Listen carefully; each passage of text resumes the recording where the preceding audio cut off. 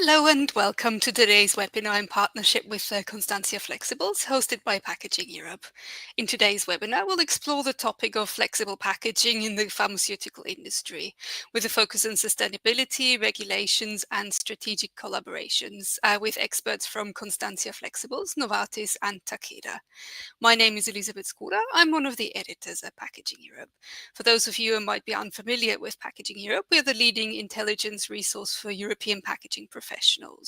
Via our magazine and website, as well as online and in-person events such as the Sustainability Awards and the Sustainable Packaging Summit, which is taking place on November 14th and 15th in Amsterdam. We deliver daily news content, authoritative comment and analysis, case studies, and high-profile interviews with leading industry players. And through our events, we enable communication across the packaging value chain. For today's webinar, we are joined by Agnieszka van Batavia, who is Sustainability Manager for the Pharma Division at Constantia Flexibles. We also have Markus Schönfeld, who is Product Leader for Packaging and Device Development at Novartis. And last but not least, we have Sriman Banerjee, who is Head of Packaging Design at Takeda. So today our speakers will give a comprehensive understanding of the current landscape and future trends in pharmaceutical packaging. To set the scene, Agnieszka van Batavia will give us an insight into Constantia Flexibles' foundational business operations. This will then pave the way for an in-depth discussion on evolving trends and the pressing importance of meeting sustainability regulations in the pharmaceutical industry. Following on, we'll hear from Novartis and Markus Schönfeld about their transition to PVC-free packaging solutions and reaching the company's sustainability goals in collaboration with Constantia Flexibles. And finally, Sriman Banerjee will round off the discussion with Takeda's perspective by shedding light on the impact of pharmaceutical regulations on production processes and how Constantia Flexibles is leading the conversation on circular economy practices in the industry. So before we get to the webinar itself, I have just a little bit of housekeeping tips for you. There are 15 minutes at the end of this webinar reserved for a Q&A. Using the chat facility, please direct message us with your questions and we can put them to our presenters at the end of the session. You can do this throughout the entire webinar and we'll obviously try to get as many of your questions answered as possible. We also have a survey for you, which you can find at the bottom of the screen, and make sure that you take a minute at the end of the webinar to fill that out. For any technical questions, please select the support button, which you'll find on the left-hand side of your screen. And for streaming related issues, you can also use the help button on the bottom right of the window. So to get started with the webinar, here's just a little bit of information about Constantia Flexibles. The company was founded on the guiding principles of people, passion, packaging, and manufactures tailor-made flexible packaging solutions. With around 8,750 employees, the company is the second biggest flexible packaging producer in Europe and number 3 globally. It has a worldwide presence with 38 production sites and is headquartered in the heart of Europe in Austria's capital, Vienna. And Europe is also the company's biggest market, followed by the Americas, Asia Pacific, and Middle East and Africa. It serves the consumer sector, which makes up the major share of its business at 71%, and also the pharma sector, which we'll delve into today, with 29%. 54% of the company's output is aluminium-based, 44% of the production share is made up of flexible plastics, and last but not least is paper-based packaging, which is currently at 2% but steadily growing. So with that, I'd like to hand over to our first speaker, Agnieszka van Batavia, to take a deeper look at Constantia Flexibles' business operations. Hello, everyone. Thank you, Elisabeth, for this introduction. And if we go to the next slide, I would just briefly want to set up a scene in terms of the product portfolio that we're going to discuss today. In terms of flexible packaging for pharmaceutical market, Constantia Flexibles supplies pharmaceutical industry with different leading foils and leading films products. We have also cold forming foils, different laminates, and all the products can be then equipped with child-resistant features and anti-countering features, just to make sure that we all understand which products are we going to talk about. And if you go to the next slide, we will then see that Constantia believes packaging exists because it has a function in the world. And it is our vision to contribute to the world where the packaging can fulfill its necessary function and provide people with the highest benefit at the lowest impact on the environment and society. And in order to realize this vision, we have designed a sustainability approach that allow us to look at our organization, at our products, and a value chain cooperation. And when we go to the next slide, I can explain a little bit more what we mean by that. I think that when it comes to corporate sustainability, it is the most important, transparency is most important. So it is important that if the company has a commitment, the company also clearly, openly and transparently report on those commitments. And that's exactly what Constantia has been doing. Recently, we have published our net zero commitment, which I'm very proud of.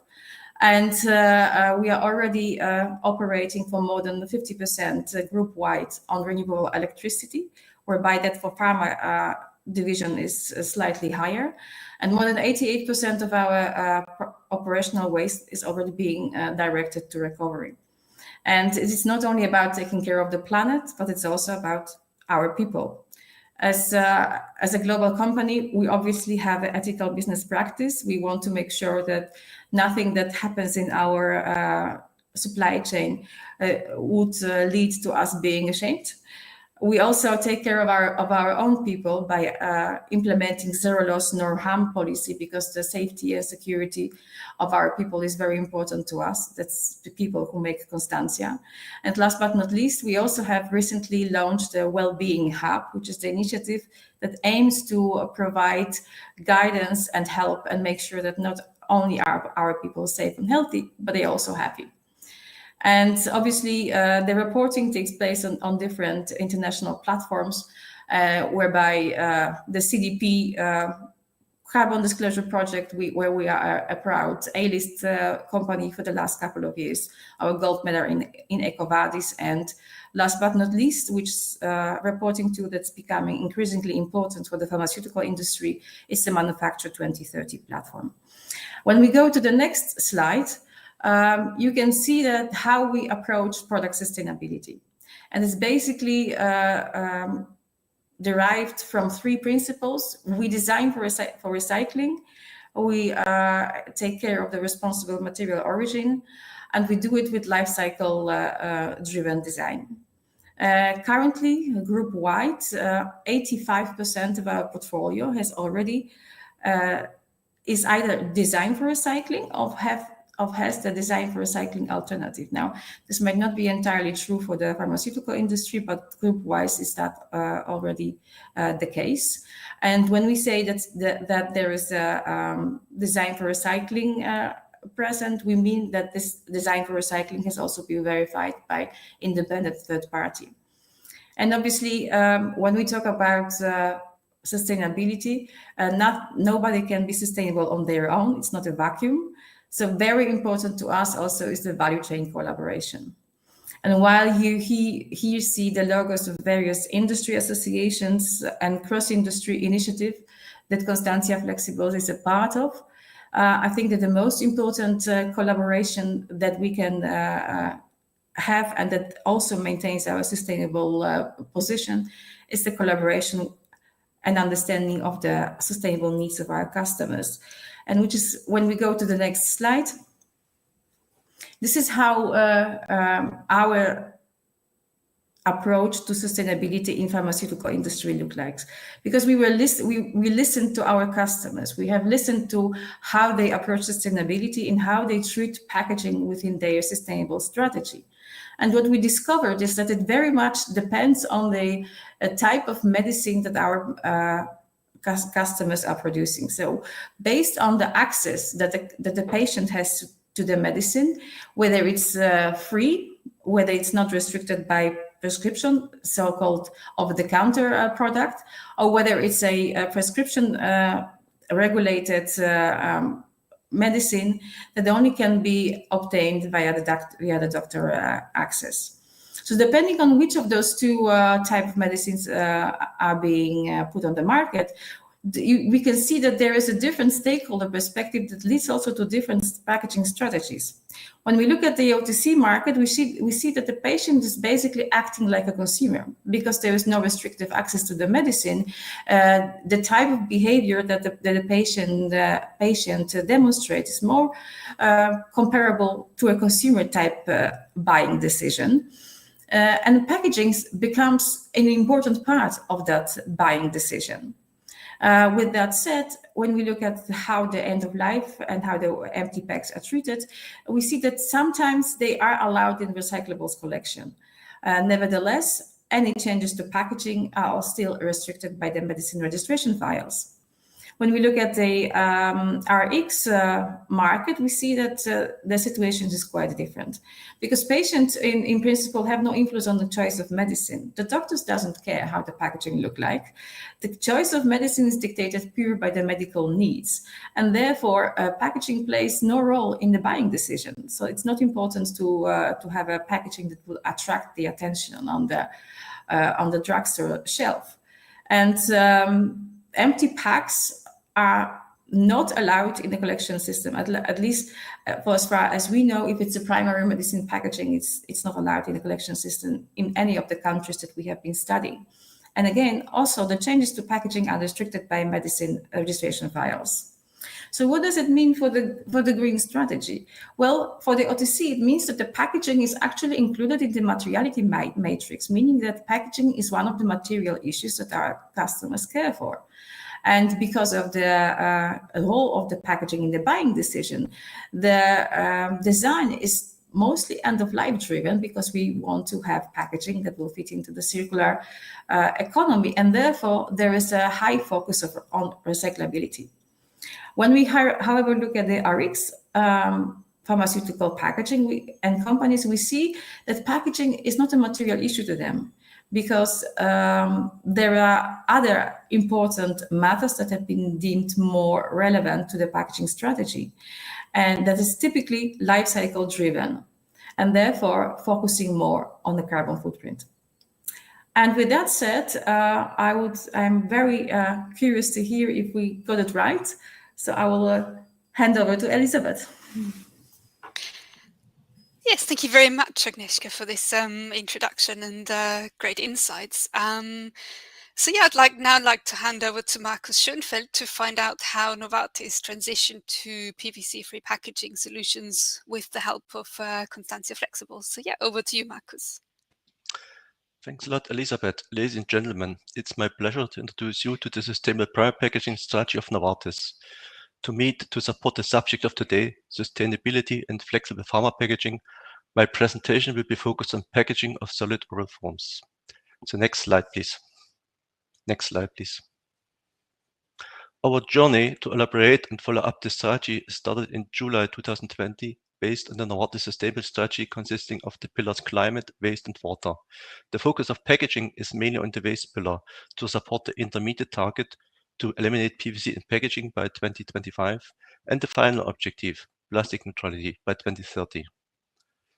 The carbon neutrality and the water sustainability, as well as further indicators being summarized in the environmental footprint, need to be considered as well, what makes the life of packaging development not that easy due to the potential target conflicts. However, where should we begin? Novartis has a wide portfolio of used packaging types. Resources as well budget are usually limited. Which packaging type has the greatest impact? Next slide, please. The Novartis plastic footprint answered that question. The amount of plastic in primary and secondary packaging, as well as devices associated with the sales of Novartis products in 2019, was about 31,600 tons. Major contributor to that has been blister packaging, with about 59%. The majority of these blisters is based on PVC, and at least all thermoform blisters are not recyclable. But how about the carbon emission?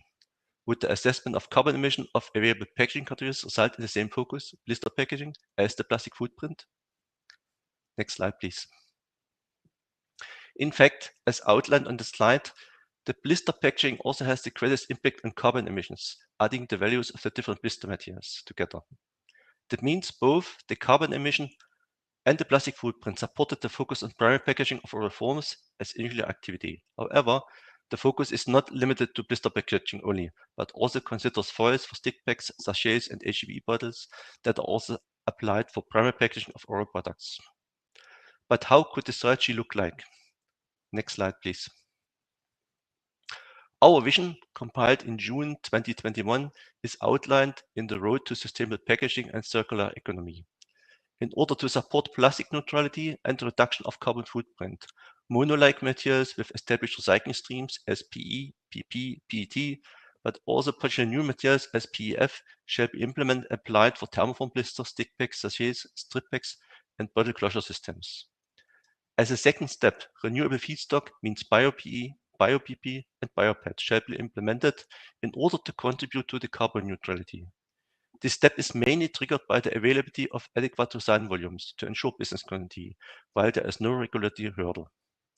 And as latest step, in order to support the circular economy, PCR content, post-consumer recycling content, shall be implemented.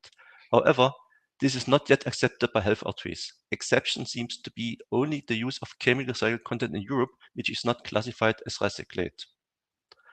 Weight reduction also plays an important role and is mainly achievable by the substitution of current with the new materials, having a lower density. And last but not least, still a note to the alu-alu blisters.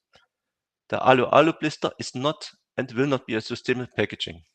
However, its unique barrier properties are required for the packaging of very moisture-sensitive products. Therefore, the goal must be at least to replace PVC and to improve its sustainability as much as feasible.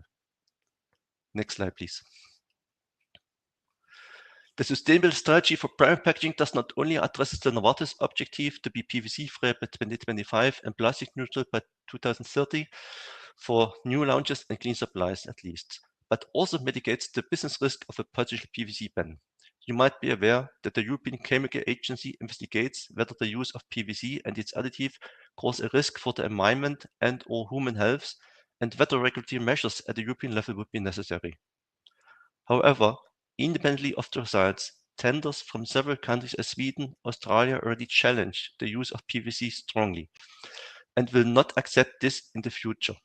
In this context, I can well remember a position paper from Norway. First bullet point was, future packaging must not have PVC and PVDC.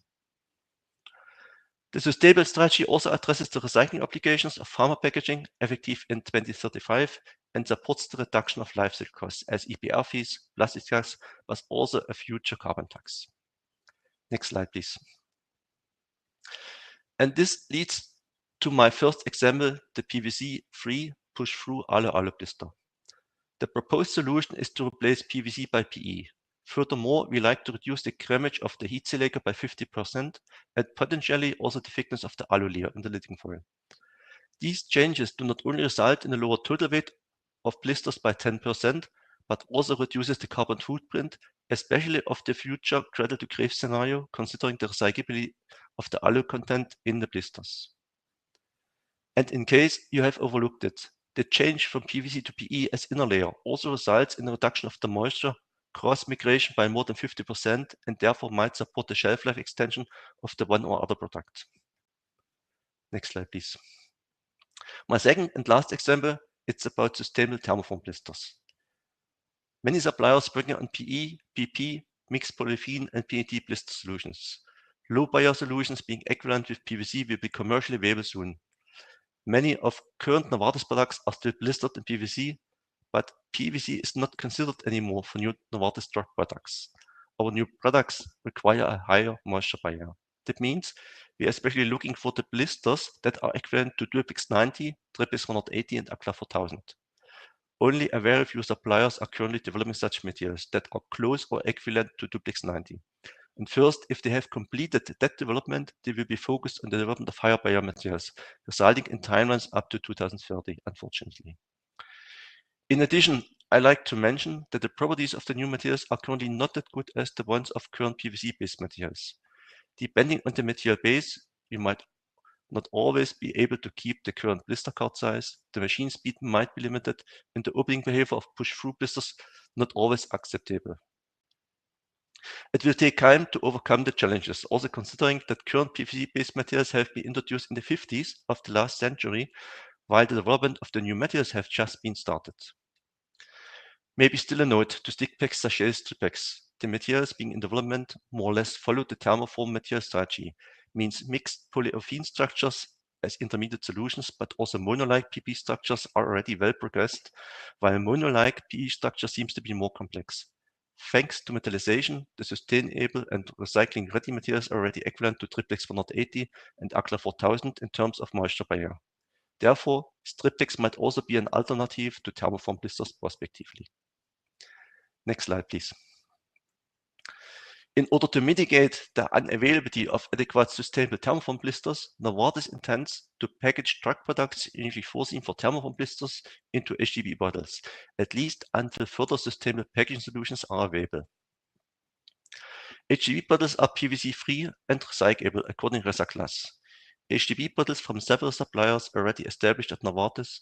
Bottle processing capacity is still available, and we do have established a network of potential CMOs supporting the strategy if needed. However, products that can't be packaged into HDB bottles for any reason shall be packaged into PVC-free alu-alu blisters as soon as available. Next slide, please. And all those pieces together result finally in the outline strategy and implementation timelines. We still aim to meet the intermediate target PVC-free new launches and clean supplies by 2025. However, the development of an adequate PE-based alu-alu blister is complex and takes more time as expected. We are earliest in the position to roll out the new blister materials at the end of 2024. In contrast to that, we assume to be able to meet the 2030 objectives for new launches and clean supplies more easily.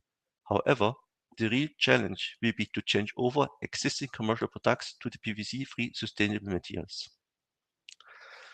And here, I also like to highlight that this strategy will only get effective by means of innovative and committed suppliers, partners as Constantia, but also many others. Novartis very appreciates the open exchange, the close collaboration with all of them, but also our good collaboration with machine suppliers. From our point of view, material suppliers, machine builders, and users must work together to develop and implement new sustainable materials successfully in a timely manner. Next slide, please. At the end of my presentation, I still like to summarize challenges we currently face and struggle with.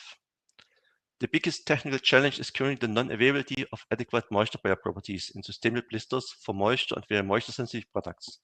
Only PVC and duplex 60 blisters can be changed over to sustainable monopolymer blisters soon, even if there are still technical limitations. That means there is no adequate sustainable blister packaging available at the moment that supports Novartis products still being in development. There are target conflicts between material functionality and recyclability. For example, Novartis wants to reduce the material thickness of leading foils to a minimum, but the foil thickness is often driven by the setup of the push-through function. Fillers used for that can furthermore impact the moisture barrier of film and the recyclability classification. A negative impact on recyclability is also expected for high moisture barrier materials due to the inclusion of the barrier. Recyclability guidelines are changing frequently. Packaging solutions that are today well recyclable can be downgraded tomorrow or are not accepted for recycling anymore. On the other hand, materials as COC that are recyclable in the polyolefin stream are not yet included into Resaclass.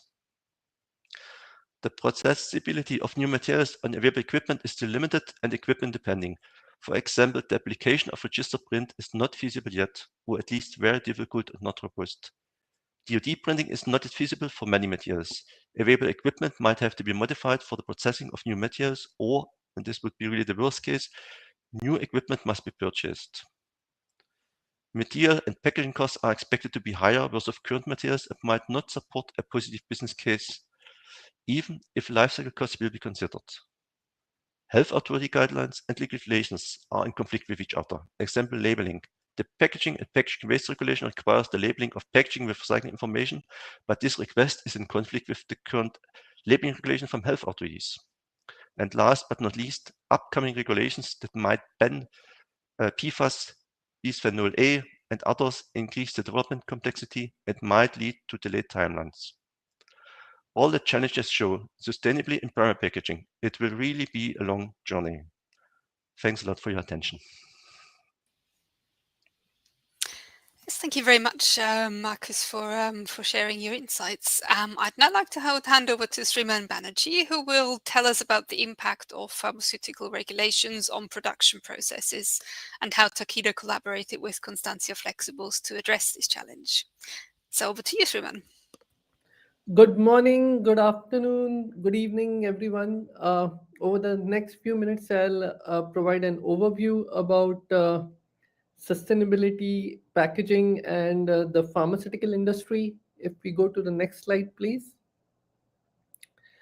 So we will discuss a couple of things. I'll contextualize the pharma packaging aspects of it and speak a little bit about that. I'll speak about carbon footprint and sustainability and science-based calculations. I will also speak about the regulations. And today morning only, I got an update on some of these regulations, particularly for the European Union. And also speak about the future, some of the challenges, pathways, etc. And if we go to the next slide. So before I contextualize the pharma packaging, a little bit about Takeda. We are amongst the top 10, 11 pharma companies globally. And like many of our peer companies, we are working on science-based targets for sustainability and carbon footprint, as well as moving towards the net zero target as well. So to contextualize pharma packaging, and we are not different, but I would say we are unique amongst all the other industries which uses packaging in some form. And the reason being, we have unique requirements. We are amongst the most regulated industry globally. In fact, the second after aerospace. And we have a lot of requirements in terms of not only regulations, but also the safety and efficacy of the drug product. And in that context, we operate in, so some of the key elements or requirements which we need to ensure we meet are the drug compatibility with packaging, the barrier requirements which are required from time to time to provide the shelf life to the product, the delivery mechanism, and many of our products are in a different state of matter, be it solid, liquid, semi-solid, or even in terms of it could be plasma products, etc. as well. We need tamper evidence as well as anti-counterfeit features on our pack for safety of the drug product, as well as we have special packs which may be for titration, which may be targeted for the pediatric population, etc. So it's a requirements which I would say are unique in the pharma space. And to support and aid that, we also need a couple of other aspects of it. So we know many of our drug products have to go through cold chain. They need to be sterilized in different sterilizations. We need to provide information to the patients, be it in form of patient information leaflets, IFUs, etc. So we have a lot of requirements, guidelines, regulations, and also the base product requirements which we need to meet for the safety, efficacy, and the best effect for the drug product. So this is the space in which we operate, and at the same time, we need to ensure that we are sustainable and we meet all the requirements of sustainability and environmental regulations which are coming up from time to time. If we go to the next slide, please. So given that, there needs to be a little bit of understanding in terms of the three different formats of packaging which is used in pharma industry. And this comes up quite frequently when we have this conversation with the various environmental agencies globally in terms of what is primary packaging, what is secondary packaging, what is tertiary packaging, how does it impact the product, and so on and so forth. So we all know what is in this group, what is primary packaging, and it's basically related to the contact with the product, and that's typically considered as primary packaging. And there are a lot of other things to be met apart from providing the shelf life and the delivery mechanism of the product. It also includes we need to meet the extractables and leachables, because mind you, it's a primary packaging which is in contact with the product. And some of the examples which we all know are glass vials, blisters, etc. The secondary packaging is basically something which is around the primary packaging most of the times, providing additional protection, as well as it can also provide information about the product, the dosage details, and communicates as well with the patients, the consumers, and the health professionals. And some of the examples again here could be cartons, pouches, trays, clamshells, etc. And the last but not the least is the tertiary packaging, which is basically packaging which is used for shipping, which could be again shippers, pallets, etc. And again, it's important in the context of pharmaceutical packaging because, again, as I mentioned a few minutes back, we have a good bit of product which are also shipped in cold chain and different formats of transport. If we go to the next slide, please. This gives a snapshot of different materials and formats which we use in packaging, and in some forms it is more than some of the other industries in that perspective. And I always give this example. Even for glass, we use three different types of glass, which is type 1, 2, and 3, depending on the product which we need to pack on. And other than that, obviously, we use a lot of plastics for our bottles, blisters, trays, and also devices. And we equally use a lot of secondary packaging, which predominantly today is cartons, leaflets, etc. So, I mean, there's a lot of formats, materials, and a combination of both, which we need to use within the pharmaceutical space, again, to reiterate, to provide the shelf life, efficacy, and safety of the drug product. And to give a context again here, globally, around 5 to 8% of global packaging materials is consumed by the pharmaceutical industry. And if we go to the next slide, please. This, again, it's important in the context now that we have discussed a little bit about the requirements of pharmaceutical and pharmaceutical packaging.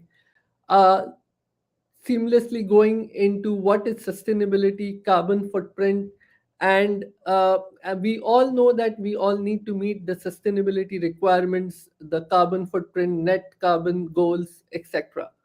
Having said that, there are two pieces here which we need to understand. One is the carbon footprint, and not necessarily always a lower carbon footprint will mean recyclability and vice versa. So, in many circumstances, we will find ourselves at two ends of the same stick, which is a lower carbon footprint of material, and the other end of the stick could be recycling and recyclability.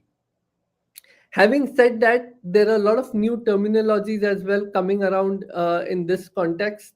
One is green inflation, and we need to be conscious about this, which is inflation resulting from the transition to a green economy.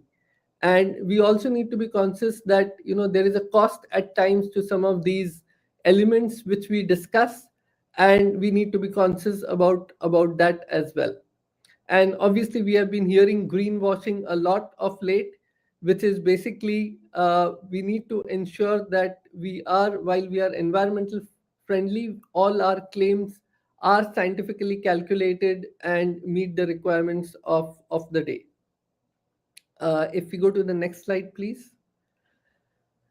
So, what are the regulations which are coming along from whether it's the European Union or some of the other countries globally? So, one thing which we need to know, and which has been there now, I would say, for close to a decade, which is a packaging use tax in most parts I would say, of Europe and many other parts of the world as well, where where you pay a packaging tax based on the packaging material consumed by weight. And again, it's a two-way street, I would say, in some circumstances, because if you're using glass and because it is by weight, you tend to pay a little bit more as compared to some of the other materials as well. The other bit which is coming up frequently is use of design of material for recycling, which basically means that you use design concepts which makes recycling simpler. You use materials which are single material based, which again makes it easier to recycle and easier to dispose as well. The other bit which is there is we have been hearing about single-use plastics ban, and it's essential. What we need to note is in many circumstances, I mean, for sterility and hygiene, we tend to use single-use plastics. And again, it's something to keep a note of what is there in the horizon coming along as well.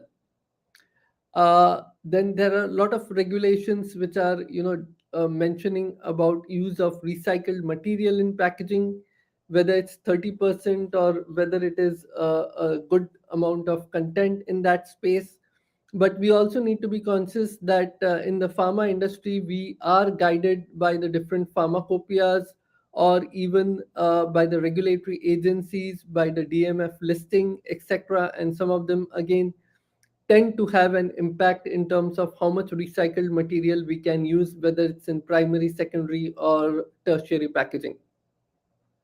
And the other couple of bits which I would like to touch upon is recycling logo on pharmaceutical packaging. And if you notice, there is limited amount of space to put the recycled logo, and also there is limitations in terms of what can be put, what cannot be put, based on some of the factors which I mentioned earlier, including hygiene, and they are typically governed by artwork regulations put in by agencies, again, the health authorities, whether it's FDA, EMA, or otherwise as well. If you go to the next slide, please. So what are the challenges in some of these areas and potential pathways? So from a regulatory standpoint, it is a balance between prior approval and annual reporting depending on change. So what we mean here is, while there is a pathway in terms of making some of these changes in terms of environmental sustainability, but it would always depend on whether it's a prior approval, annual reporting, etc. And some of them, might need to be considered when you're thinking about some of these changes which you want to make to be more sustainable. The other piece is in primary packaging. In most to all circumstances, I mean, there is a requirement of stability studies, which again comes at a cost and timelines, and needs a little bit of strategic planning and alignment in terms of any other changes which you want to do, so that you can have a comprehensive package of change which you can then file with the regulatory authorities. One of the things which we are seeing it happening in the industry is digital printing and CMYK optimization. I mean, both in some circumstances, I would say, go hand in hand, because there is a transition which is happening again in the industry to move into digital, which enables pharmaceutical companies to manage inventory, particularly of the printed components, as many of the printed components tend to get written off because of other changes happening from time to time in regulations which needs artwork approval. And also many of the products are low volume, I would say, in the pharmaceutical industry, particularly in the RX space, where again it's important that we are able to control inventory of printed components so that it does not go waste. And that's where digital printing comes into play. So we see a seamless transition happening from CMYK to digital in this area. And I would say the last but not the least, the most important thing which has a very high potential in the pharmaceutical industry is the secondary and tertiary packaging changes, which has limited regulatory impact again in most circumstances, and can be seamlessly made with due identification uh, of opportunities. If we go to the next slide, please.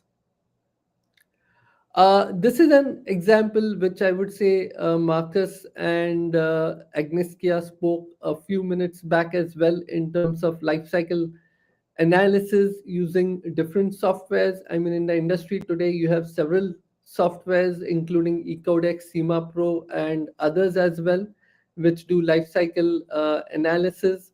And Takeda as well uses these softwares to do life cycle analysis of packaging materials, which gives us what is the carbon footprint, what is the water consumption, waste, land use, etc. as well. And based on which one can take an appropriate decision in terms of which is the best packaging format, material which can be used.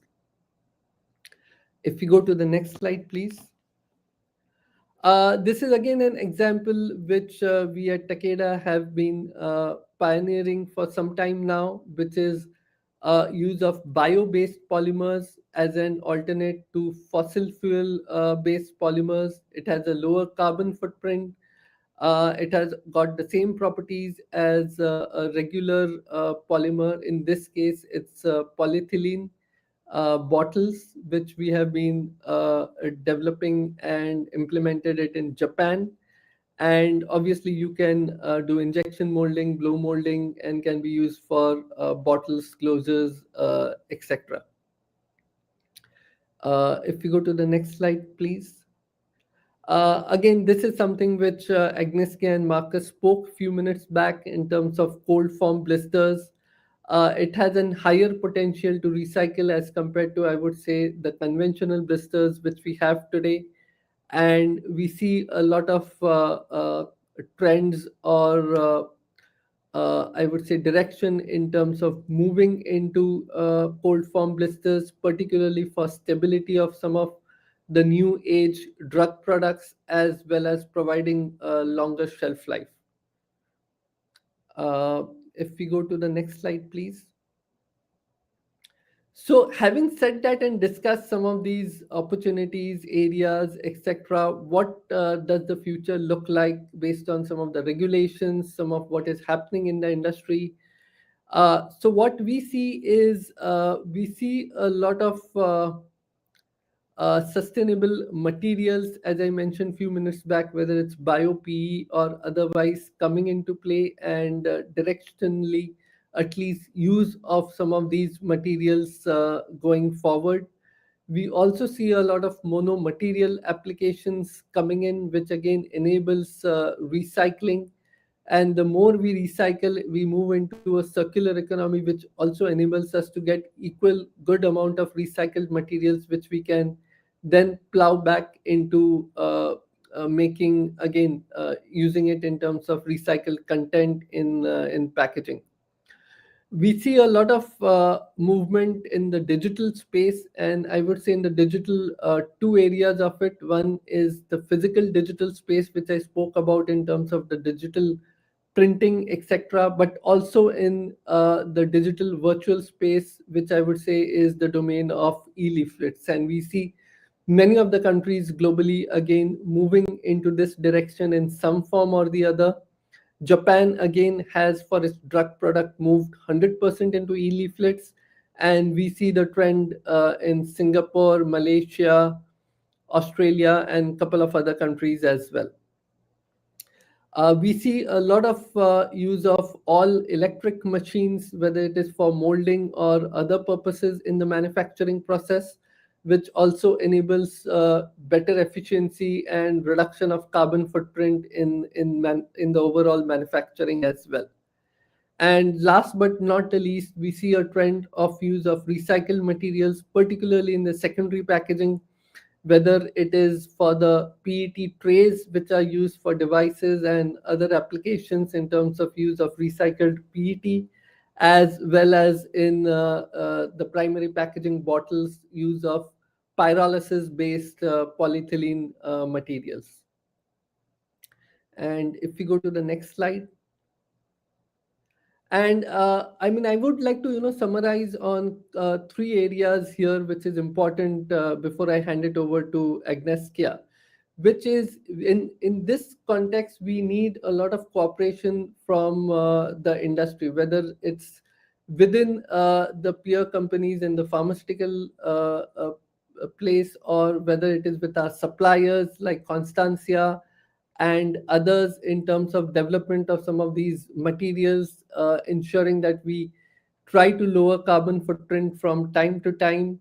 The other bit is also we need to have a round table around some of these elements which I spoke about in terms of the regulations, how does it impact us, and also how we can come up with solutions which are specific for our type of the industry as well.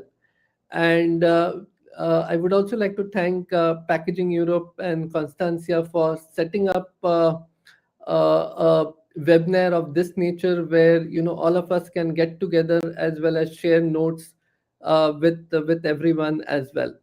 So with that, I hand it over to Agnieszka. Thank you, Sriman. And thank you, Marcus, for your thank you both for this great insight and for participating in our webinar. And now I would like to take you on the journey that not only telling how our commitments look like and how our strategy looks like, but I also want to show you how we transform this dialogue with our customers and our sustainability strategy into new product offerings. So when we go to the next slide, we will see that the first product that I want to talk to you about is our new development that also Marcus mentioned, which is the alu blister without PVC.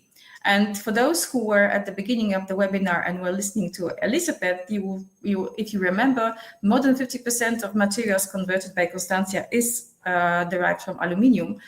So it is important for us to introduce aluminium products that are more sustainable. And first of all, to us, it means that all problematic materials like the halogenated polymers like PVC or PFT are not longer used.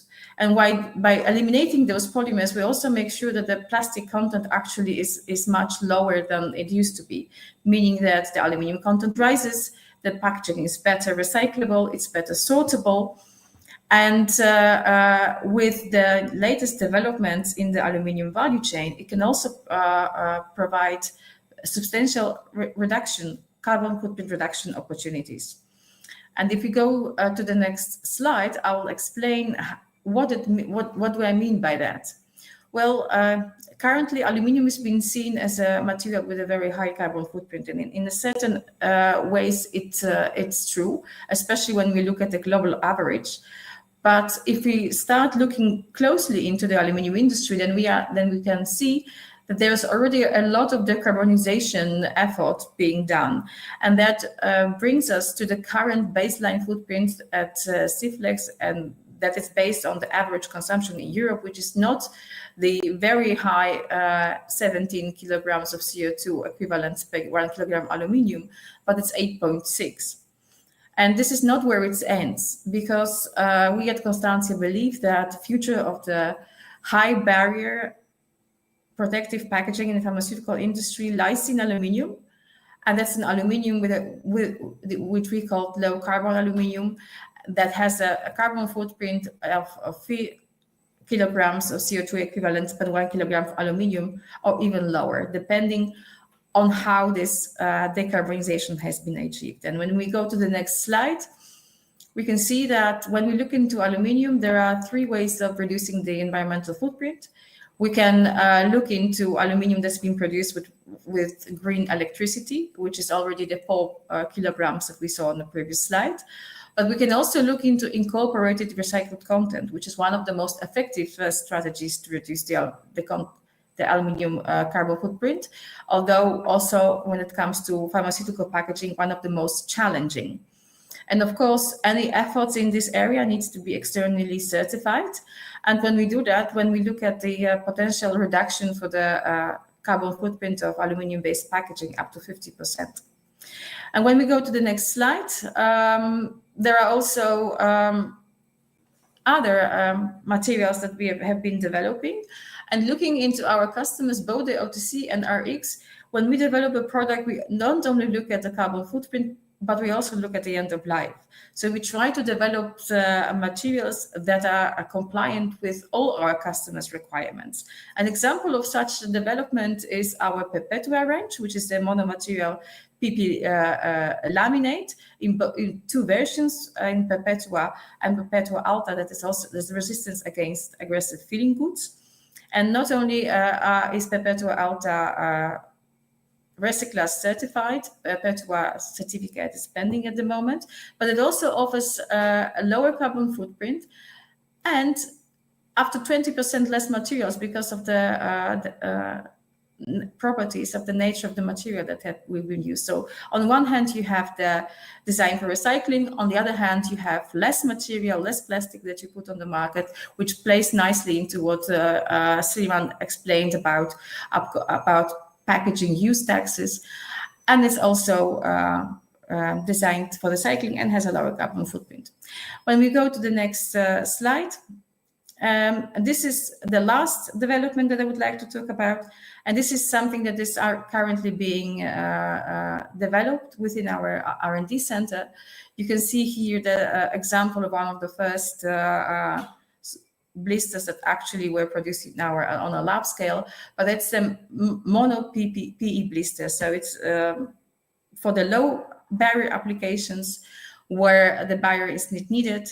We also look into replacing the PVC, and then this is quite new for Constantia. We're not only looking into developing a leading film, but we're also looking into developing a bottom web to be able to offer our customers a full blister system that it's designed for recycling, offers lower plastic waste ratio, and also a lower carbon footprint. And with that, I would like to thank everybody for attention and hand it over to Elisabeth. Yes, thank you very much, Agnieszka, and also Sriman and Markus for a really interesting presentation. It's great to have people from across the value chain in the room and discuss these important topics. So yeah, now it's time for the Q&A section of this session. We already had some great questions coming through, but keep them coming. If we don't get to answer the chance to answer your question, then don't worry, the team will certainly be able to follow up with you after the webinar. So one question we had was, I think it's one for you, Agnieszka. Which pharma packaging can currently be recycled in Europe? Well, that's a little bit tricky because due to the medicine residues and the potential risk associated with those residues, there are currently no systems in place to actually recycle pharmaceutical packaging. The only packaging that gets recycled, and even if it's not separately collected, it's actually the alu blister.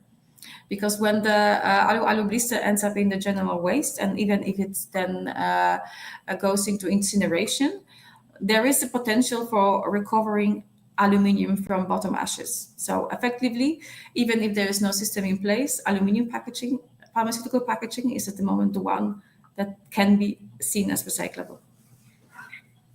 Thank you, Agnieszka. And we had a few questions about barrier properties, and somebody's asking, how do you handle barrier properties in terms of product requirements, and also, is there a solution for high barrier monomaterials? I think also for you, Agnieszka, sorry. Well, it's kind of sounds like a broken record, but in terms of high barrier solution and mono packaging, again, the only go-to solution is aluminium. Because when we look at the polymeric solutions, even the ones that we also have been developing, then without the aluminium, there is no real opportunity for actually achieving the barrier. So when we look for total barrier and recyclability, then at this point, aluminium is the material to go. Thank you. And another question for you is PVC going to be banned? It's a very good question. Although there is currently the packaging waste regulation, the draft that we've been able to analyze does not contain a explicit PVC ban. But as Marcus also mentioned, PVC is seen as a halogenated polymer. It's seen as a material that can hamper the recycling and circularity. And we believe that there is going to be what we call an indirect ban. So because pharmaceutical industry makes use of food contact materials, and we know that PVC has been unwanted material in food contact for a long time, there's going to be less and less demand for food contact quality of the PVC. And even if there is no ban, companies will move away from this material because it's seen as problematic, as Marcus already explained. Yes, and we had quite a few questions regarding legislation and regulation. And a question for you, Sriman. Will pharma packaging be excluded from the requirements of upcoming EU legislation? So the answer is a little bit mixed, and the reason I'll mention is, as I spoke earlier about the primary, secondary, and tertiary packaging, right? And it depends on which packaging is to be addressed. So as we speak today, for the primary packaging, in most parts, I would say we have received a derogation for the time being, which is an exemption for the next couple of years on the primary packaging part of it. But for secondary and tertiary, again, we need to meet the various requirements of recycle content and design for recycling, etc. Thank you. And related to that, we had a question also for you, Sriman. Do you have any updates on PPWR and how the draft has been modified?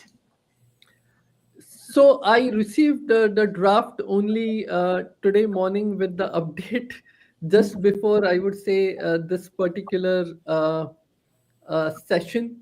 There hasn't been any much changes which impacts, I would say, the pharmaceutical industry per se. It remains the same in terms of the derogation and the review date after a couple of years. And so I would say there isn't any much changes which impacts us for the time being with the new draft which got, I would say, reviewed today morning. Thank you. And another question for you, Agnieszka. How do you see the possibility of designing sustainable packaging in the pharmaceutical industry in the light of the requirements of pharmaceutical law? Well, I think it's a very important question, and maybe I'm going to offer a little bit an out of the box insight here. But I believe that the future will not hold the same design for recycling guidelines of the same sustainability requirements for pharmaceutical packaging and for consumer packaging. And the reason for that is indeed the fact that pharmaceutical products need a different level of protection. And what we are observing right now is that there are different technologies that are currently being developed, recycling and recovery technologies, that actually allow for the medicine packaging, not only, even if it's combined with from different materials, not only to be recycled and recovered, but also to be decontaminated. And I think that this elephant in the room that is called medicine residues needs to also be mentioned.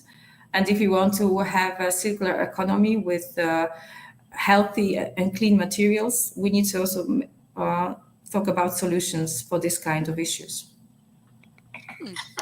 Thank you, Agnieszka. And had a couple of questions for Marcus as well. Somebody's asking, would you mind re-explaining why Novartis sees alu blisters as a non-sustainable packaging solution? I was already expecting exactly this question. Sorry for this. But the real reason is funny to produce alu finally requires a lot of energy, and even if you go with more green energy, it's still energy. There's no change. And also the aluminum production consumes a lot of water. And if you then really compare the carbon footprint, also the environmental footprint of aluminum packaging with monopolymer packaging, like HDPE bottles, or also maybe monopolymer blisters, then you can clearly see that the carbon footprint, the environmental footprint is much, much higher compared to the new category of packaging. However, as mentioned, aluminum are really needed because of its unique barrier properties. It means it's a category for itself. At the moment, I don't think that I see any solution that are able to replace aluminum blisters in the upcoming 10, 20 years.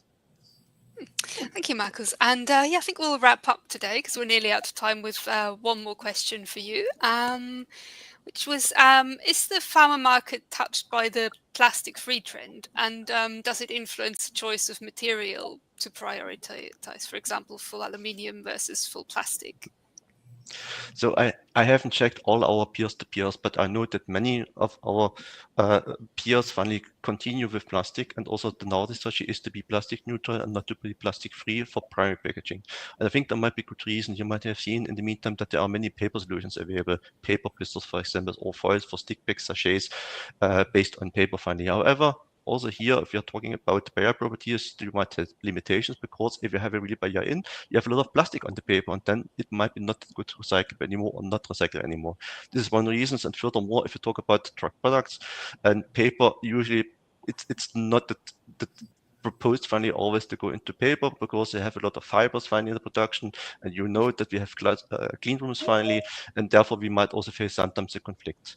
But if we talk about ceramic packaging, and this is Novartis strategy, so our focus is really to replace plastic wherever feasible. That means we are really able to reduce plastic to a low minimum amount for the future. And surprisingly, we also have seen for the examples we have touched so far that we might come up with a positive business case for this. What was really a surprise to myself. So for ceramic packaging, it might be feasible, and we might go, and maybe also our peers might go in this direction. For primary packaging, not. Great, thank you. And I think we have maybe time for one more question, wrapping up with one for Agnieszka, which the question was, the application of new recyclable packaging means that in a regulatory sense that you have to make a post-register change. Is that correct? Or is it necessary to submit everything again with new stability studies? Well, I think it really depends on how the registration document has been formulated and what exactly has been included, and how what type of product has been submitted. I must say I'm not a pharma regulatory expert, so I can't really comment on that issue. But I would think that if you change the material composition, then depending on the registration, the new stability testing must be required. And I think maybe Marcus and Simon are better suited to actually answer this question. I think your answer was be more or less correct already. So otherwise, it really depends on the strategy. For Novartis itself, if you talk about oral forms, usually we register not the supplier of the foils, we register in Europe, and this is different in other countries. In Europe, only the material specification. Then we do have several suppliers that fit the specification we have registered. And here, if you talk about chemical recycled content, for example, here, theoretically, it would be really feasible to include chemical recycled content without submitting any post-approval change. Because of the fact chemical recycled content means finally you get exactly the same material, and chemical, it's exactly the same. It's not feasible to identify the source if this is recycled content or not. So from this point of view, theoretically, it would work. But if you like to do so, this is a different question. And highlighting Novartis would not do so because of the risk. Finally, we would likely go with stability data, and we would inform then the health authorities that we have used recycled content, would show the stability data, would maybe discuss potential measures we have taken in addition, maybe more restrictive studies, for example, for the incoming material, in order to get it approved. Great, thank you, Marcus. Do you have anything to add to that, Sriman? Or So I guess Marcus and Agnieszka covered most of it. The only thing I would add is it would also depend on what is the product, and what is if it is liquid or solid dose, because in many circumstances solid dose may be much easier than a liquid dose because of extractable, leachables, etc. So it's dependent on several considerations, and also how it is registered in that particular market by that particular company. great, thank you very much. So yeah, that's all we have time for today. Thank you everybody for joining us. This webinar will be available on demand within the next couple of days, and you'll be sent a link to access it in case you want to recap anything you've seen today. And quick reminder as well, if you haven't done so yet, please make sure to fill in the survey, which you can find at the bottom, or there should also be a notification coming up now to fill that in. And yeah, that gives us useful insights as well about our webinars. So yeah, that just leaves me to thank our speakers, Agnieszka, Markus, and Sriman, and thank you everybody for your attendance.